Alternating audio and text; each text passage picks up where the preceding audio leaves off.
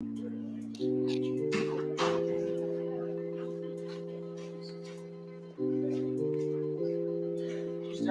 go ahead.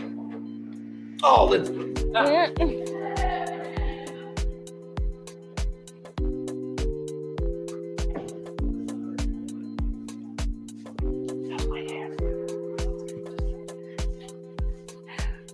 Whenever you're ready, Al.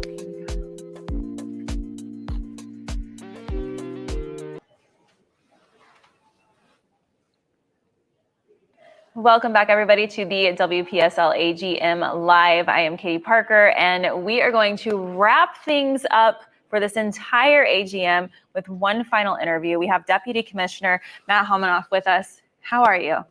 I am great, Katie. Thanks so much for having me on and making some time here at the end of an exhilarating weekend. Absolutely. I was going to ask, exhilarating is a good word. What is the vibe like now that everything's kind of wrapped up? We've gone through the whole weekend now. How are you feeling? So I would definitely say it's one of relief because in reality, servicing 142 members now, 142 clubs is no small feat. And I have to give tremendous amount of credit to our entire staff for all the hard work that was put in to prepare and run this event, but also one of excitement. The 2024 season is shaping up to be certainly one of, if not the best in the over 26-year history of the league now. So everyone's excited. May can't come soon enough. We'll have a record number of teams and, of course, a record number of games as a result. The level of competition each year continues to grow. So we're excited to get on the field. We announced the complete roster of teams earlier today, and everyone got to see their alignments and who's hosting the playoffs in each region and all of the things. What is your takeaway from the entire roster of teams and the alignments and all of that? Yeah, that's a great question. I think what really struck me as we were announcing alignment is the balance of growth around the country. It wasn't just one or two geographic areas that we saw growth in. We're literally seeing growth in terms of team count in virtually every part of the continental United States. So to see that the platform that we're offering these young players is so widely accepted and that there's so much excitement regardless of geographic area, to me says we're doing something right and that there's a lot of excitement for our upcoming season and for teams joining our league. This is my first AGM to attend, and Nicole has been posting some behind-the-scenes looks on social of what's going on behind the closed doors, and we got to see a little bit of the excitement and the frenzy of scheduling.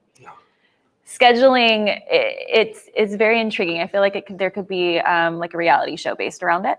But tell me how scheduling went and what that looks like for the teams when they get together here at AGM and what that looks like moving forward into the season. I am not a reality show fan myself, but I think I would watch that. It's exciting. You're absolutely right. It's an exhilarating process. It's always interesting to me to see the differences in how our clubs approach what can be a very stressful process, but is ultimately necessary to them running a successful season. You compare and contrast teams that have been with us for over 2 decades now compared to teams that are in their very first AGM. And even though there are massive discrepancies in the amount of time they've played at this level, there are still some hallmarks, right? There are teams that want to prioritize specific home dates, teams that want to avoid certain times of the year in terms of playing, either playing home games or playing at all, because they know that their player pool will either support or not support certain times of the season.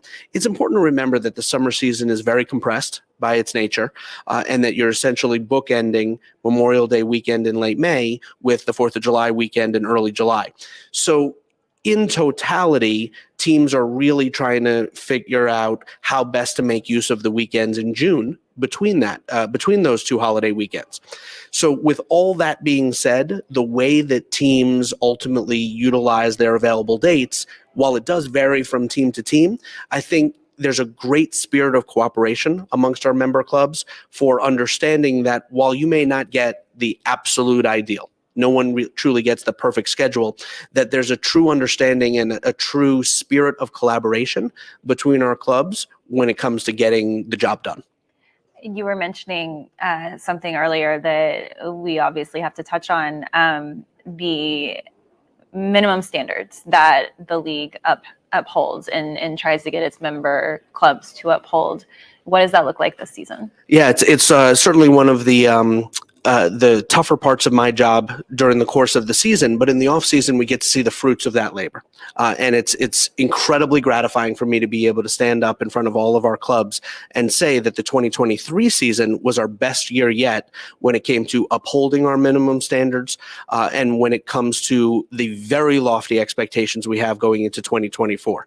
And that runs the gamut, right? That's in terms of facilities and the quality of the facilities our games are played in. It's in terms of the way our rosters are constructed and managed.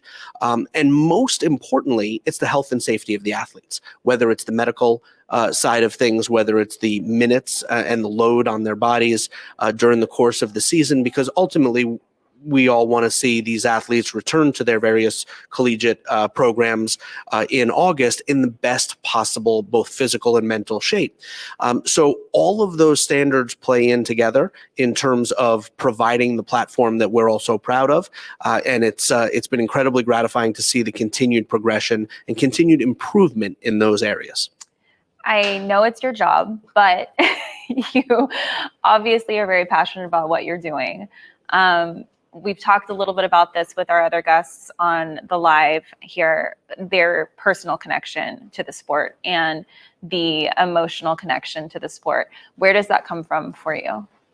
Wow, it's a great question. I think I've pretty much always been a fan of the game ever since I can remember. I would always point to the two seminal moments growing up for me, and that was the 1994 Men's World Cup in the United States, which was a massive opportunity for me to really realize that the game is played not just in the U.S., but on the entire planet. And then, of course, the 1999 Women's World Cup. Who can, for those of us old enough to remember, who can forget that victory in the Rose Bowl over China in the final by the U.S. women, at a time when the country was just so ready for heroes. I know that the 99ers, as they're often referred to, get a tremendous amount of credit, but I truly believe, as a fan of the women's game, we can't give that team and that generation of players enough credit for helping to provide the bedrock, the platform for us all to continue to grow the game and provide opportunities for future generations. So I'll continue to say thank you every time I'm fortunate enough to meet anyone associated with that amazing event. And I continue to consider myself very lucky to play a small part in the continued growth of the women's game. Looking forward into 2024 and the coming seasons, just to kind of wrap things up with the AGM and moving forward, what's kind of your final thoughts for everybody that is watching about where the WPSL stands right now and where we're headed? So we've been incredibly fortunate since coming back to play from the pandemic to have wonderful postseason play to culminate the WPSL season. That being said, when I'm in an event like this where you speak to teams that, quite frankly, not only did not qualify for the playoffs, but really don't have a great sense or great hope of qualifying for the playoffs anytime soon, it's always interesting to me and so gratifying to hear the reasons that they do participate. And that while we certainly and correctly focus on the teams that win in our league, there are stories throughout our membership of wonderful reasons why they do what they do and why they provide the opportunities for these athletes that they do. So as much as I would love to sit here and talk about both playoffs past as well as playoffs future, the reality of what we do is more in an encompassing sense in terms of providing opportunities for players that otherwise would not have the ability to step on the field in high level, safe competition during the summer months, particularly in between their college years. So I continue to say thank you to all of the staff and all of the team owners and GMs and coaches who make those opportunities possible for these athletes. Well, I really appreciate you taking the time. I know you've been very busy and you've had a lot going on inside the meeting today as well, but thank you for helping us wrap this up. We really appreciate you spending time with us. Thanks so much, Katie. Absolutely. For everyone at home, please be on the lookout, because in March, that is when the official schedule will be released. The teams here, they kind of put in their first and second and third choices and try to work together with the other clubs in their region and in their conference to figure out when they might want to play. And then you guys have the task of making that all make sense and bringing it all together. Yeah, that's correct. March 21 is our current target date for a public release, and we're excited to be able to unveil that publicly at that time. So keep an eye out for that. March 20, what'd you say? 21st. 21.